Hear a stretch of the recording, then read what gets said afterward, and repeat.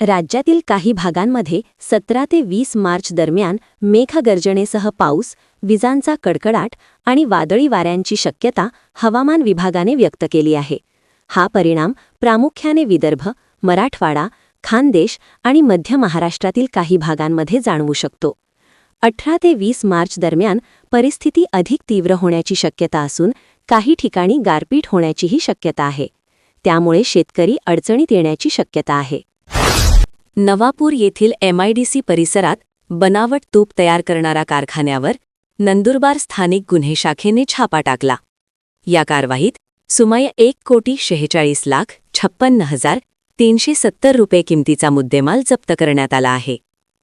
पामतेलसह वनस्पती तूप व विविध रासायनिक पदार्थासह फ्लेवरचा वापर करीत बनावट तूप बनविल्याचे उघड झाले. या प्रकरणी गुजरातच्या एकाविरुद्ध नवापूर पोलीस ठाण्यात गुन्हा दाखल करण्यात आला आहे. नंदुरबार येथील जिल्हा न्यायालयात आयोजित राष्ट्रीय लोकअदालतीत 747 प्रकरणे सामंजस्याने निकाली काढण्यात आली. या प्रकरणांमधून सुमारे 5,59 लाख रुपये रकमेची तडजोड करण्यात आली आहे. तसेच 5 वर्षांपासून पती-पत्नीतील असलेला वाद सामंजस्याने मिटवीत एका जोडप्याचा संसार पुन्हा सुरू करण्यास यश आले आहे.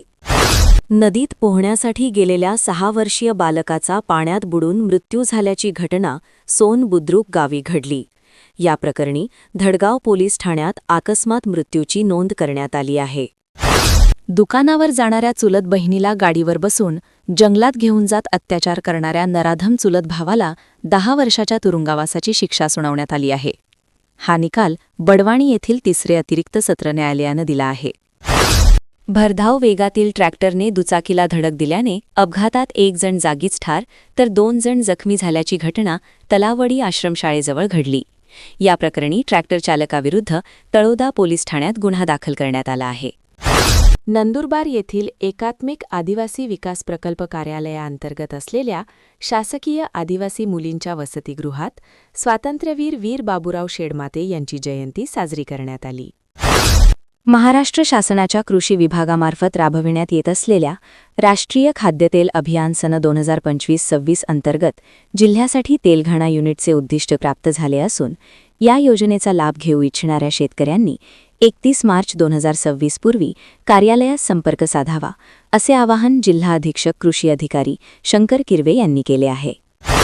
महाराष्ट्र राज्य कृषी विभागातर्फे देण्यात येणारे विविध कृषी पुरस्कार आता पूर्णपणे डिजिटल झाले आहेत. या पुरस्कारांसाठी अर्ज करण्याची प्रक्रिया सुलभ, पारदर्शक आणि वेळबद्ध करण्यासाठी विभागाने स्वतंत्र ऑनलाईन संगणकीय प्रणाली विकसित केली असून सन 2025 पासूनचे सर्व अर्ज आता केवळ ऑनलाईन पद्धतीनेच स्वीकारले जाणार आहेत, अशी माहिती जिल्हा अधीक्षक कृषी अधिकारी शंकर किरवे यांनी कळविली आहे. नंदुरबार तालुक्यातील पिंपळोद येथील आंतरराष्ट्रीय मानवाधिकार समितीचे जिल्हाध्यक्ष राजेश पाळवी यांना सेवा सन्मान इन्स्पायर भारत अवॉर्ड 2026 देऊन सन्मानित करण्यात आले. दिल्ली येथील डॉक्टर BR आंबेडकर हॉलमध्ये पुरस्कार वितरण कार्यक्रम घेण्यात आला. नंदुरबार जिल्ह्यातील इंधन आणि घरगुती गॅस पुरवठ्याबाबत नागरिकांनी घाबरून जाण्याचे कोणतेही कारण नाही. जिल्ह्यात पेट्रोल, डिझेल आणि LPG गॅसचा मुबलक साठा उपलब्ध असून पुरवठा सुरळीत सुरू आहे, अशी माहिती जिल्हाधिकारी धनंजय गोगटे यांनी दिली आहे. आदिवासी समाजाचे कुलदैवत याहामोगी देवी म्हणजे देवमोगरा माता मंदिर परिसरातील विकास कामांमध्ये वन खात्याच्या कायद्यांचा अडसर दूर करण्यासाठी प्रयत्न करण्यात येतील. यासाठी नवी दिल्ली येथे भाजपच्या वरिष्ठ पदाधिकाऱ्यांशी चर्चा करून योग्य तो मार्ग काढण्यात येईल, असे माजी खासदार डॉक्टर हिना गावित यांनी सांगितले. खेतिया जिल्ह्यात घरगुती स्वयंपाकाच्या गॅससह इंधनाची पुरेशी उपलब्धता आहे. गॅससह इंधनाचा अखंड पुरवठा सुनिश्चित केला जात असून ग्राहकांनी घाबरून नये. सर्व नागरिकांनी घरगुती गॅस व इंधनाचा वापर काटकसरीने करावे, असे आवाहन बडवाणीच्या जिल्हाधिकारी श्रीमती सिंह यांनी केले आहे. सातपुडा पर्वताच्या दऱ्याखोऱ्यात फेब्रुवारी महिन्याच्या उत्तरार्धात व मार्च महिन्यात येणारी भोकर, हेलवे ही औषधी गुणधर्म असलेली रानभाजी भर उन्हाळ्यात आदिवासी बांधवांसाठी वरदान ठरत असून सध्या तिचा बहर तेजीत आलेला दिसून येत आहे.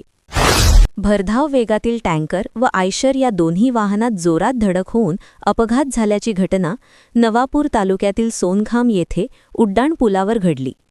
अपघातात एक जण जखमी झाला असून दोन्ही वाहनांचे नुकसान झाले आहे.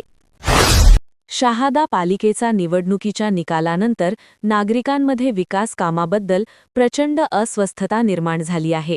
शासनाकडून पालिकेला प्राप्त झालेला निधी कुठल्याही परिस्थितीत परत जाऊ दिला जाणार नाही. निवडणूक काळात दिलेल्या आश्वासनांची पूर्ती करण्यासाठी सर्वजण कटिबद्ध असल्याचे प्रतिपादन पत्रकार परिषदेत लोकनियुक्त नगराध्यक्ष अभिजित पाटील यांनी केले. तळोदा शहरात LPG गॅस सिलेंडर मिळवण्यासाठी ग्राहकांना मोठी कसरत करावी लागत असल्याचे चित्र सध्या पाहायला मिळत आहे.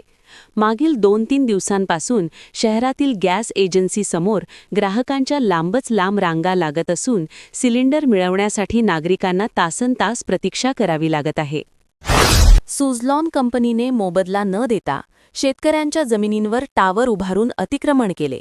म्हणून मोबदला देण्यात यावा, अन्यथा टावर कायमस्वरूपी बंद करण्याचा इशारा नंदुरबार तालुक्यातील तिलाली शनिमांडळ येथे सुझलॉन कंपनीच्या CMS कार्यालयाजवळ शेतकरी व कामगार संघर्ष समितीने दिला आहे.